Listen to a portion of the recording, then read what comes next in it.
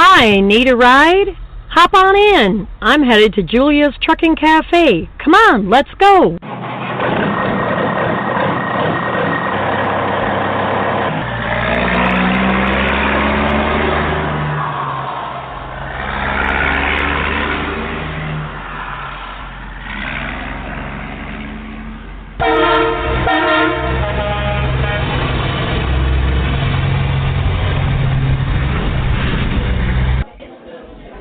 Cool, we made it just in time. Come on, let's go get a seat.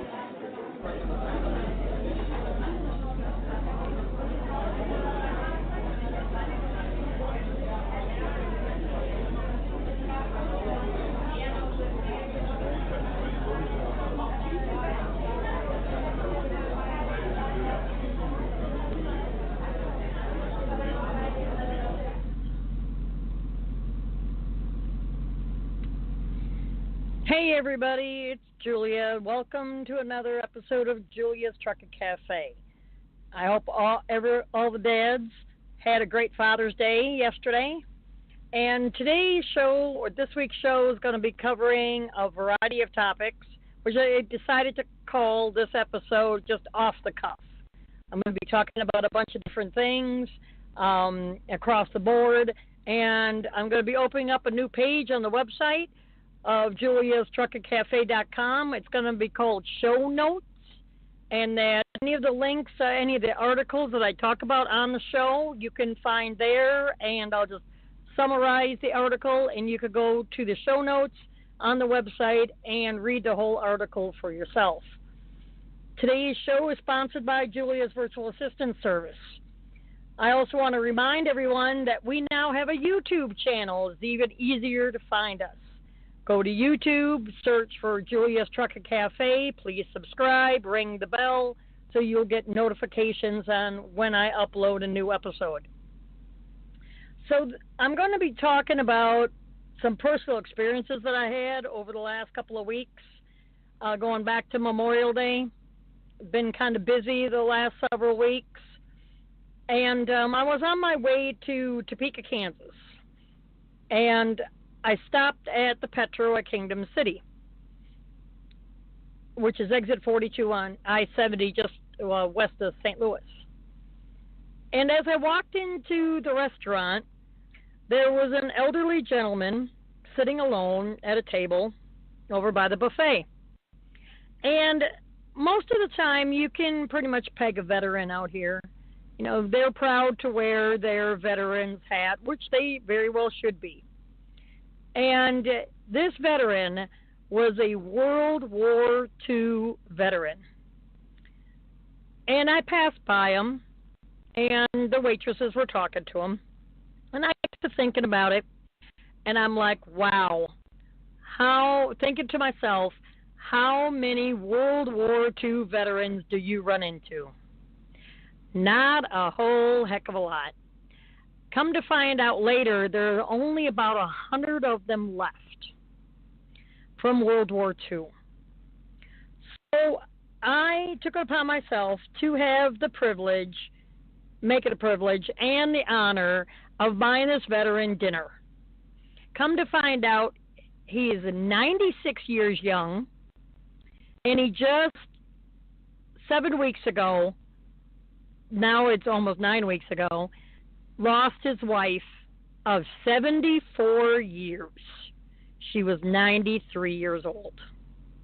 So my heart really went out to him, and it was even better, made me feel better to buy this young man, they always get a kick out of when I say that, to them dinner. And it was my privilege and honor. So the moral of that little story is when you see a veteran, whether, you're stopped out here or not or what, and there's a lot of veterans out here, and especially the older ones, what's the problem with buying them dinner?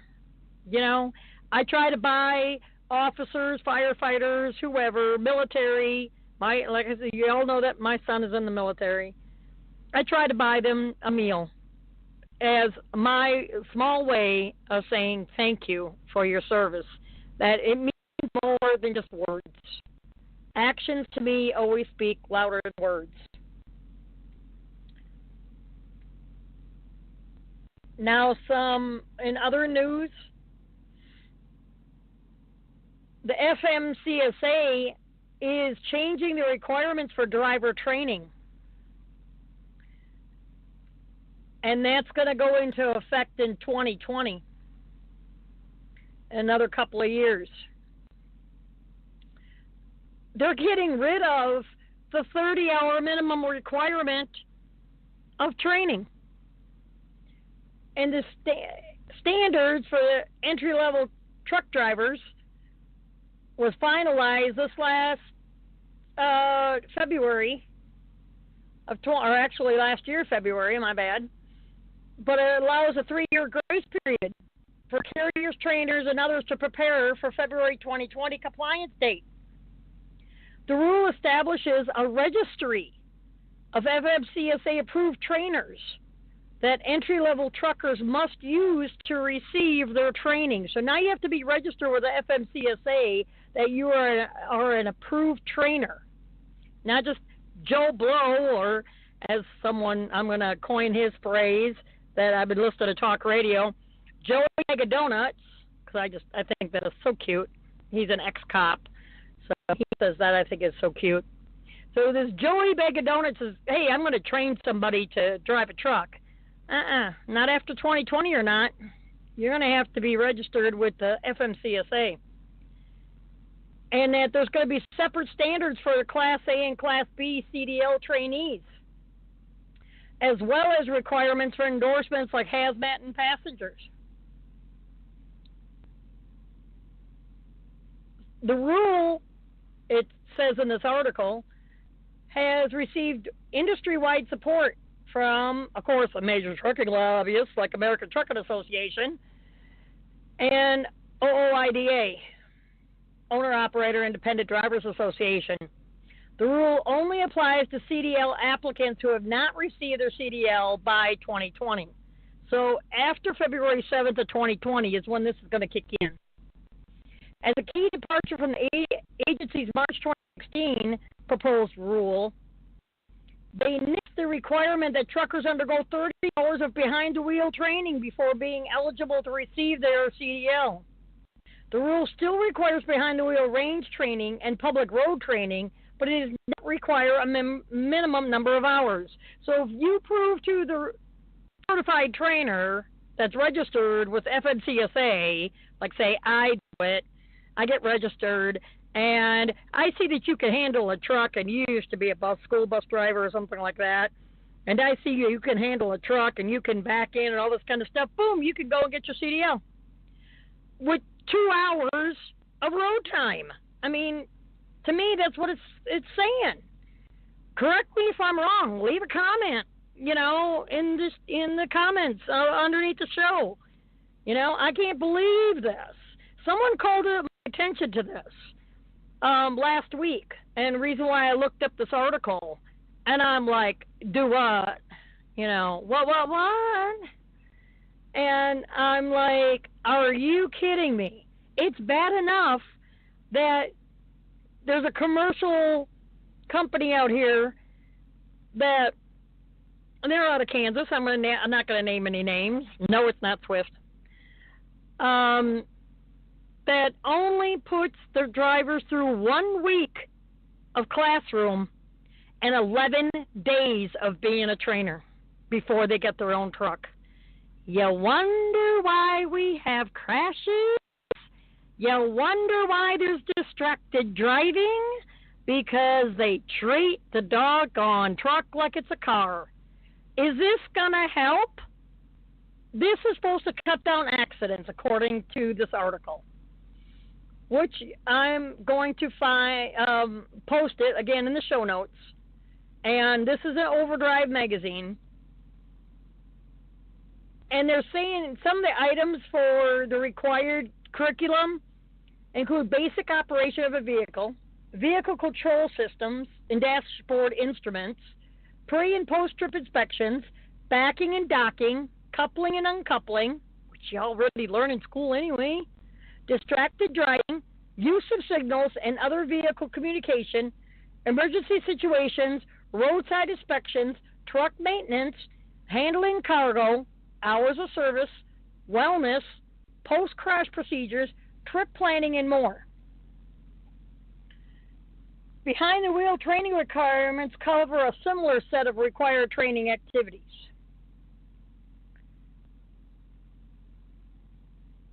So I'm going to leave this link there again in the show notes page under the 18th episode so that you can read the rest of this article for yourself. I'm just shaking my head going, it's supposed to help, huh?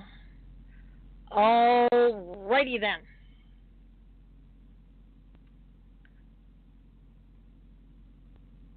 Another article that's going on in the news is that there's a new bill to delay the ELD enforcement and reform hours of service and the ELD regulations. Now, this I found in CDLLife.com. According to them, it's going to put the brakes on the ELD enforcement while reforms are made to both the hours of service regs and the ELD regs, particularly for agriculture haulers. Now, there's another corresponding article that I'm also going to, that American Trucking Association also says, no, we can't be having any more of these exemptions because it's going to be getting too confusing. Boo-hoo-hoo. How can you not have exemptions for agriculture? Think about it, people. I grew up on a dairy farm, okay? We had hay, we had oats, we had corn. When you know it was going to rain and you had to get the hay cut, you had to keep it raked or keep it rolling so that you could dry it out so you could bale it, because you don't want to bale wet hay. If you bale wet hay, you could set your barn or wherever storage facility you keep it at on fire because it starts cooking from the inside. It starts smoldering just like a campfire, just like you trying to start a fire with twigs and matches or whatever, and your little flint or whatever, like you did in the Boy Scouts. Oh, I'm sorry, there's not Boy Scouts no more. But anyway, same principle with the wheat and the oats. A rain's coming. You have to get that crop in. You have to work 24/7 until that crop comes in, because once the rain beats it down, you lost that crop. That wheat stalks get beat down to the ground. You can't pick it up off the ground. Your wheat's laying all over the ground. You can't have dirty wheat to make flour and everything else with. So why not give agriculture exemptions? Bull haulers, cattle haulers, pig haulers, even rodeo guys are claiming that they're going to have to get a CDL horses from one rodeo to another. That's what they're in fear of, if they don't have an exemption to the rule. They won't even be able to go to the rodeo and haul their horse around without having a CDL. What kind of horse pucky is that? I mean, really? Come on, where's this going to end? You have to have some sort of exemptions. I'm sorry. It's just, that's the way it is. And it's just, everybody's squeaking and being, claiming it's unfair and all this kind of stuff. So there has been introduced into legislation from John Hoeven, Republican for North Dakota, and Michael Bennet, Democrat for Colorado. Look at there, Republicans and Democrats getting together. Who would have thunk it? And this was introduced in June 12th and would require the U.S. Department of DOT to reform the HOS and the ELD regs, according to a news release from the office of Senator Hoeven. Again, like all the articles, this article will be in the show notes. The bill would also prevent the enforcement of ELD regs until the reforms required under the bill are formally proposed by the U.S. Secretary of Transportation. The release details how the bill would require the DOT to re-examine and change current regs. Specifically, the Hoeven-Bennett bill would establish a working group at DOT to identify obstacles to the safe, humane, and market-efficient transport of livestock, and within 1 year of the group's establishment, develop guidelines for regulatory or legislative action to improve the transportation of these commodities. The working group will be comprised of representatives from the transportation and agriculture industries, as well as the U.S. Department of Agriculture, and is required to consider the impact, incompatibilities, and other challenges and concerns of existing HOS rules and ELD rules under the FMCSA on the commercial transport of livestock, insects, and agriculture commodities. Initiatives and regulatory changes that maintain and protect highway safety and allow for the safe, efficient, and productive marketplace transport of livestock, insects, and agriculture commodities, and other related issues to the Transportation Secretary considers appropriate. So they're good for them, as far as I'm concerned, again, my personal opinion, that they're having this bill for the ag guys, that they, you need to have some sort of exemption just during, harvest season. They get an exemption just for a few months. And the rest of the time, they'd have to adhere, say from August till November or something. What's 3 months, And then everybody's going to jump to be an ag hauler? I doubt it. Because, like I said, you're working almost around the clock to get the grain and everything to market, get the cattle to market. In other news, West Virginia police write over 1,000 tickets to truckers. Now, this article was published June 5th, who ignore the I-77 detour. Apparently, they're working on I-77 in West Virginia. And if you don't follow that detour, you're going to get a ticket. There's a construction project taking place on I-77 between Bluefield and Princeton. Trucks are required to detour off a northbound I-77 at exit 1 and then onto US 460 to get back onto I-77 at exit 9 in Princeton. This detour is slated to remain in place through late June, with all northbound lanes scheduled to reopen for the 4th of July holiday. Traffic on the southbound I-77 is not affected by this detour, and extensive traffic backups have been reported as a result of the road closure. They have, between May 21st and June 1st, police wrote 1,066 tickets to truck drivers for illegally traveling through a construction zone, according to Bluefield Daily Telegraph. So, get off at exit 1, get back on exit 9. It's only 8 miles, people. Save yourself a ticket.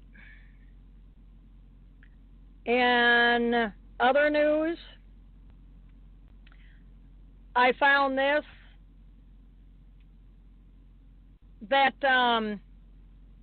some newbies are posting on one of the trucking groups that I'm affiliated with, that if you're in truck driving school and you're already whining about how expensive it is out here on the road, why are you becoming a truck driver?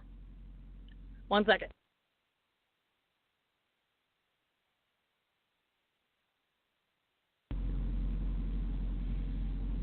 You need to have money put aside before you even start truck driving school. And I'm talking from experience. Too many times I've went without a paycheck out here. I know how expensive it is out here. I've been out here 30 years. I've seen how cost has gone up to eat out here.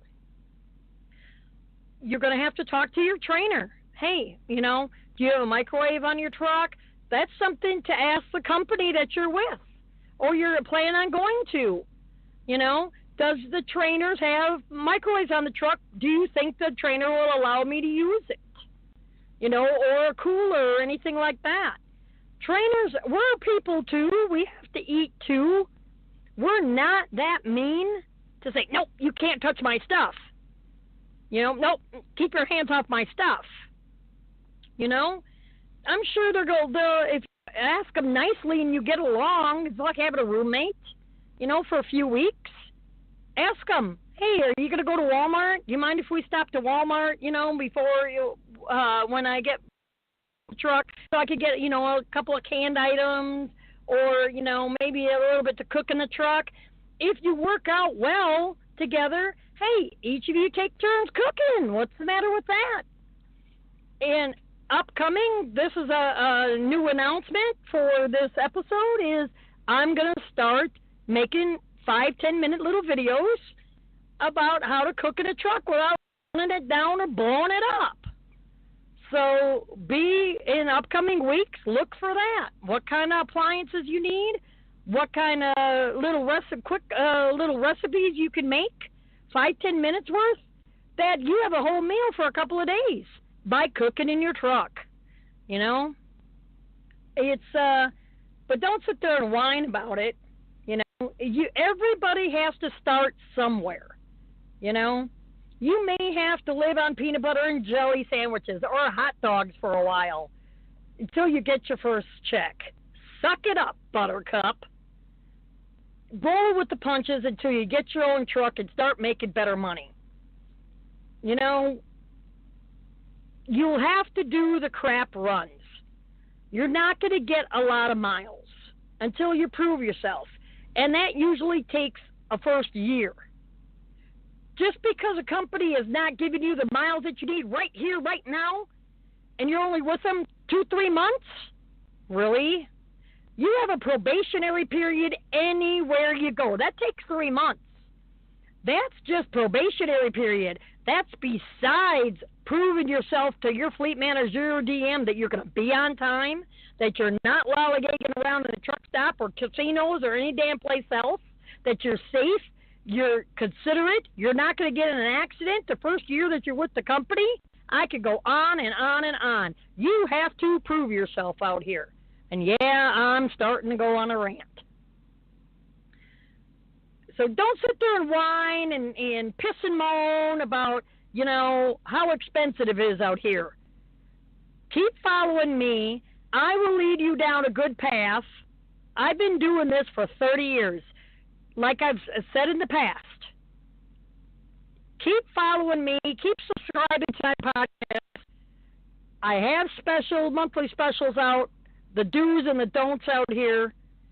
Again, I'm trying to help all you newbies out. So stick with me, and you'll definitely learn a lot.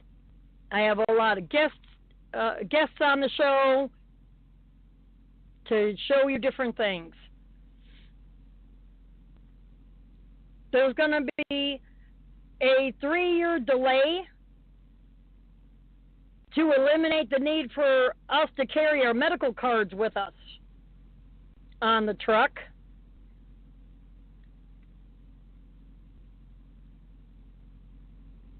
And there's also going to be, one second while I'm trying to find that one.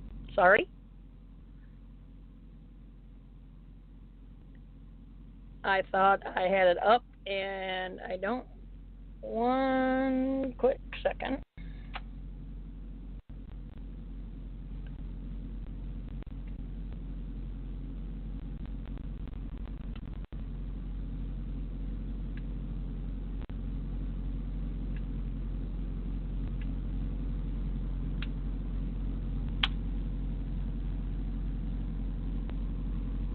This was just on the 18th, today, that the plan was first previewed in April, called for compliance delay of the federal FMCSA to integrate a final rule on June 22nd of 2021 about the medical examiner's certification, partially due to a hack of the medical examiner's website that has left it offline while the agency rebuilds the infrastructure, according to June 28 agency pre-publication announcement. The agency, FMCSA, has not yet predicted when the registry might return to complete functionality. this action is taken to provide additional time to complete certain information technology system development tests for its National Registry of Certified Medical Examiners and provide state driver's licensing agencies sufficient time to take the necessary IT programming, to make the necessary IT programming changes after the upgrades to the National Registry. Guess what? The registry got hacked. That's not good. Not good one little bit. Again, that's going to be in the show notes. All of these links will be in the show notes. I want to thank everybody for listening to the podcast. I greatly, greatly, greatly appreciate it. Can't thank y'all enough. Please subscribe to the YouTube channel. If you're new to the podcast and you're just locating us, we're on iTunes under the podcast app. We are on Google Play Store under the podcast app. Just do a search for Julia's Trucking Cafe. Like us on Facebook. Also, ask to be a member of a discussion group. Any newbies, any questions that you may have, anything you want to share, feel free to request to join our discussion group, and you can post it. You know, I like to give newbies a variety instead of just one or two places to go for help. So it's Julia's Trucking Cafe regulars. There again, I try to reiterate that I try to have this show like the old days where we all sat down in the restaurant and we all swap war stories and those kind of things. In other news,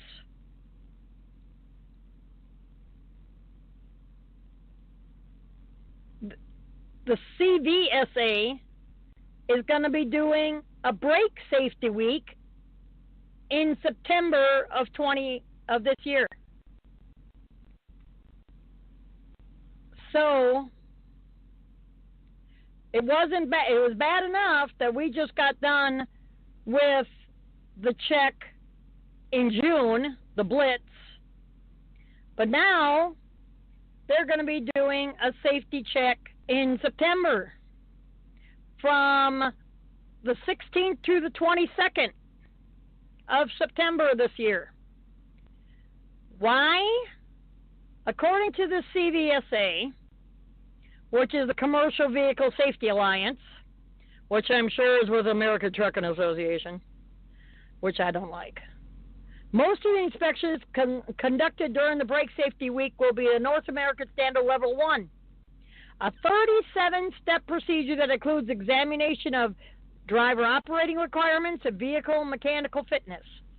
Inspections conducted will include inspection of the brake system, identify loose or missing parts, air or hydraulic fluid leaks, defective rotor conditions, measurement of push rod travel, mismatched air chamber sizes across axles, air reservoir integrity and mounting, worn linings, pads, drums, or rotors, required brake system warning devices, and other brake system components.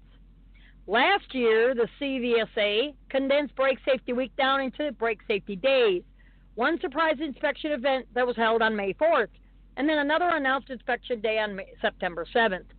The CVSA says that during last year's Brake Safety Day inspection, blitzes, 14% of all inspections resulted in an out-of-service order because of brake violations. So if you want to read more on this article, visit our website at juliastruckingcafe.com show notes. That's juliastruckingcafe.com in the show notes. Now, this week's episode has been sponsored by Julia's Virtual Assistant Service. If you're a podcaster listening to this and you need a transcript, or if you need a transcript of an interview or witness statements of an accident or anything like that, or you need a simple website built, social media marketing, you need to contact Julia's Virtual Assistant Service. They have fast turnaround time of creating transcripts and very economical. They could turn your podcast into a transcript, which then can be turned into a report with an attractive cover and even a table of contents. Julia's virtual assistant service can also create an attractive, simple website for your podcast or business and drive your traffic through social media marketing to your website by posting to all three social media outlets. So contact Julia's virtual assistant service by visiting juliasvaservice.com. That's juliasvaservice.com, juliasvaservice.com for your transcript. Again, I want to thank all of my listeners and keep checking back to our website. And there again, we're adding new pages to the website like stupid things drivers do, and like I mentioned before, cooking in your truck without burning it down or blowing it up. And please subscribe to the YouTube channel. Instead of just doing the audios, I'm going to start posting the YouTube so you could go ahead and listen to that, and it's a little bit easier. I'm trying to make it as easy peasy for everybody as possible to access our show. Again, I want to thank everybody for listening. You have a very blessed day. Keep the shiny side up, and until next time,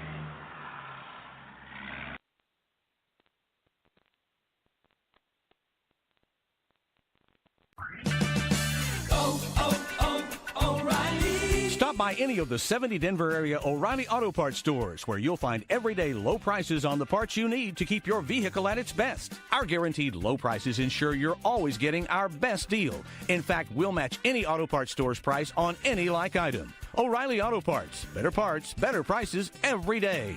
O'Reilly Auto Parts. Hi, it's Jamie, Progressive's Employee of the Month, 2 months in a row. Leave a message at the... Hi, Jamie. It's me, Jamie. I just had a new idea for our song about the Name Your Price tool. So when it's like, tell us what you want to pay, hey, hey, hey, and the trombone goes, blah, blah, blah, and you say, we'll help you find coverage options to fit your budget. Then we just all do finger snaps while a choir goes, savings coming at ya, savings coming at ya. Yes? No? Maybe? Anyway, see your practice tonight. I got new lyrics for the rap break. Progressive Casualty Insurance Company and Affiliates. Price and coverage match limited by state law.